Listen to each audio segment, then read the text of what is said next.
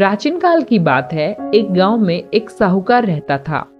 साहूकार बहुत धनी था। उसके पास अथाह धन दौलत थी, लेकिन उसके पास कोई संतान नहीं थी। साहूकार अपने वंश को लेकर सदैव चिंतित रहता था। साहूकार भगवान शिव को प्रसन्न करने के लिए सोमवार को व्रत रखता था और व्रत के दौरान वह विधि पूर्वक शिव और मां पार्वती की पूजा और शाम को शिवलिंग पर दीपक जलाता था। साहूकार की पूजा अर्चना को देखकर एक दिन माता पार्वती ने भगवान शिव से कहा कि हे प्रभु, ये साहूकार तो आपका परम भक्त है। यह प्रत्येक सोमवार को विधि विधान से आपकी पूजा भी करता है। मुझे लगता है कि आपको उसकी मनोकामना पूर्ण करनी चाहिए। शिवजी ने पार्वती की बात सुनकर कहा कि हे गौरी, ये संसार एक कर्म क्षेत्र है। जैसे एक किसान अपने खेत में बीज बोता है तो कुछ वक्त बाद उसे पेड़ मिलता है, उसी तरह इस संसार में आदमी जैसा कर्म करता है उसे उसका फल भी वैसा ही मिलता है। लेकिन माता पार्वती ने भोले भंडारी से दोबारा आग्रह किया और कहा कि हे नाथ, फिर भी आप इसकी मनोकामना को पूर्ण कर दीजिए। यह तो आपको परम भक्त है। अगर आप अपने भक्तों की इच्छा को पूर्ण नहीं करेंगे तो वो आपकी पूजा आराधना क्यों करेंगे। माता पार्वती के इतना आग्रह करने पर शिवजी ने कहा कि यह एक धनवान साहूकार है, लेकिन इसके पास कोई पुत्र नहीं है और यही वजह है कि ये सदैव चिंतित रहता है। हालांकि इसके भाग्य में किसी संतान का योग नहीं है, परंतु आपके आग्रह करने पर मैं इसे पुत्र प्राप्ति का वरदान देता हूँ। लेकिन इसका यह पुत्र केवल 12 साल तक ही जीवित रहेगा। मैं इससे ज्यादा कुछ नहीं कर सकता हूँ। एक रात्रि को शिवजी ने साहूकार को स्वप्न में दर्शन दिए और कहा कि उसको जल्द ही पुत्र रत्न की प्राप्ति होगी, लेकिन उसका पुत्र दीर्घायु नहीं बल्कि केवल 12 वर्ष तक ही जीवित रह पाएगा। यह बात सुनकर साहूकार न तो प्रसन्न हुआ और न ही ज्यादा दुखी हुआ। लेकिन साहूकार ने इसके बाद भी पूजा अर्चना जारी रखी और कुछ दिनों बाद साहूकार की पत्नी गर्भवती हो गई और उसने एक सुंदर बालक को जन्म दिया।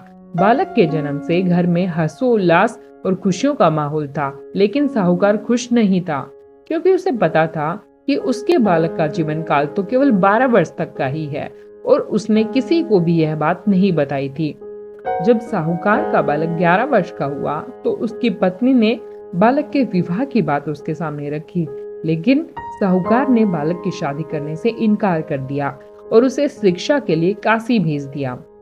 साहूकार ने बालक के मामा को बुलाया और पैसे देकर उन्हें बालक के साथ काशी जाने का आदेश दिया। साहूकार ने मामा भांजे से कहा कि वह काशी जाते समय रास्ते में यज्ञ करते हुए और ब्राह्मणों को भोजन कराते हुए जाएं। दोनों मामा भांजे ने ऐसा ही किया। काशी जाते वक्त जिस रास्ते से मामा भांजा गुजर रहे थे, उसका राजा अपनी पुत्री का विवाह एक ऐसे राजकुमार से करवा रहा था जो कि कान्हा था। दूल्हे का पिता इस बात से चिंतित था कि अगर दुल्हन पक्ष को इस बात का पता चल गया तो राजकुमारी तो विवाह के लिए मना कर देगी। इसलिए उसने जब साहूकार के पुत्र को देखा तो उसने सोचा कि मैं अपने बालक के स्थान पर तोरण के वक्त इस बालक को बैठा दूंगा और दुल्हन के पक्ष बालक को पता भी नहीं चलेगा। दूल्हे के पिता ने साहूकार के पुत्र को इस बात के लिए राजी किया और वह बालक राजी हो गया। इस तरह उस बालक ने दूल्हे के कपड़े पहन लिए और घोड़ी पर चढ़कर तोरण की रस्म को पूरा किया। तोरण के बाद फेरों की जब बारी आई तो दूल्हे के पिता ने फिर साहूकार के पुत्र से अनुरोध किया कि वह दुल्हन के साथ फेरे ले ले ताकि विवाह संपन्न हो जाए और उसकी बात ढकी रहे। बालक के मामा राजी हो गए और विवाह समारोह भी निपट गया और शादी संपन्न होने के बाद मामा भांजा काशी के लिए प्रस्थान कर गए। लेकिन साहूकार के पुत्र ने दुल्हन के कपड़ों पर लिख दिया कि तुम्हारी शादी मुझसे हुई है, लेकिन जिसके साथ तुम जाओगी वह एक आंख वाला आदमी है और मैं काशी शिक्षा ग्रहण करने जा रहा हूँ। जब राजकुमारी ने यह बात पढ़ी तो उसने राजकुमार के साथ जाने से इनकार कर दिया और अपने पिता से कहा कि ये मेरा पति नहीं है, मेरे पति तो शिक्षा ग्रहण करने के लिए काशी गए हैं। जब सब जगह यह बात फैल गई तो मजबूरी में दूल्हे के पिता ने सारी बात बता दी और दुल्हन के पिता ने बेटी को भेजने से भी इनकार कर दिया। इधर मामा भांजे दोनों काशी पहुंचे और बालक शिक्षा ग्रहण करने लगा और मामा ने यज्ञ करना शुरू कर दिया। जब साहूकार का पुत्र 12 साल का हो गया तो एक दिन उसने अपने मामा से कहा कि उसकी तबीयत ठीक नहीं है और वह सोने अंदर जा रहा है। साहूकार का पुत्र अंदर सोने गया और उसकी मृत्यु हो गई। कुछ देर बाद जब मामा अंदर पहुंचे तो उन्होंने बालक को मृत स्थिति में देखा और बहुत दुखी हुए, परंतु वह रो नहीं सकते थे, वरना यज्ञ उनका अधूरा रह जाता। इसलिए मामा वापस जाकर यज्ञ करने लगे और यज्ञ पूरा करने के बाद और ब्राह्मणों को भोजन कराने के बाद मामा अपने मृत भांजे को देखकर रोने लगे। उसी वक्त उसी मार्ग से शिव पार्वती गुजर रहे थे। माता पार्वती ने किसी के रोने की आवाज सुनी तो शिवजी से कहा कि हे प्रभु, कोई मनुष्य रो रहा है, चलो उसके दुख को दूर करते हैं। भगवान शिव और माँ पार्वती उस बालक के मामा के पास गए और उन्होंने जब मृत बालक को देखा तो चकित हुए, क्योंकि वह भगवान शिव के आशीर्वाद से जन्मा साहूकार का पुत्र था। माता पार्वती ने कहा कि हे नाथ, ये तो साहूकार का पुत्र है, जिसको आपने केवल 12 साल तक ही जीने का वरदान दिया है, इसलिए वह 12 साल की उम्र में मृत्युलोक चला गया।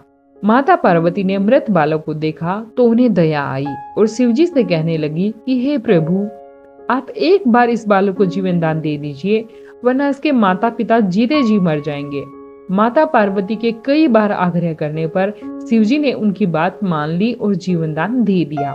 साहूकार का पुत्र जीवित हो गया और मामा भांजे अपने घर की ओर प्रस्थान करने लगे। रास्ते में साहूकार का पुत्र उसी शहर से गुजरा जहां उसका विवाह हुआ था। दुल्हन के पिता ने बालक को पहचान लिया और मामा भांजे को लेकर महल आ गए। दुल्हन के पिता ने एक समारोह किया और अपनी पुत्री को साहूकार के पुत्र के साथ भेज दिया। जब साहूकार का बालक अपने घर पहुंचा तो उसके माता पिता छत पर बैठे थे। वह सोच रहे थे कि अगर उनका पुत्र सही सलामत वापस नहीं लौटता है तो वे इसी छत से कूदकर अपनी जान दे देंगे।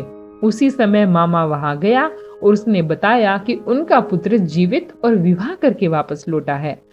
साहूकार ने बालक को जीवित देखकर खुशी से उसका स्वागत किया और साहूकार का परिवार खुशी खुशी जीवन व्यतीत करने लगा।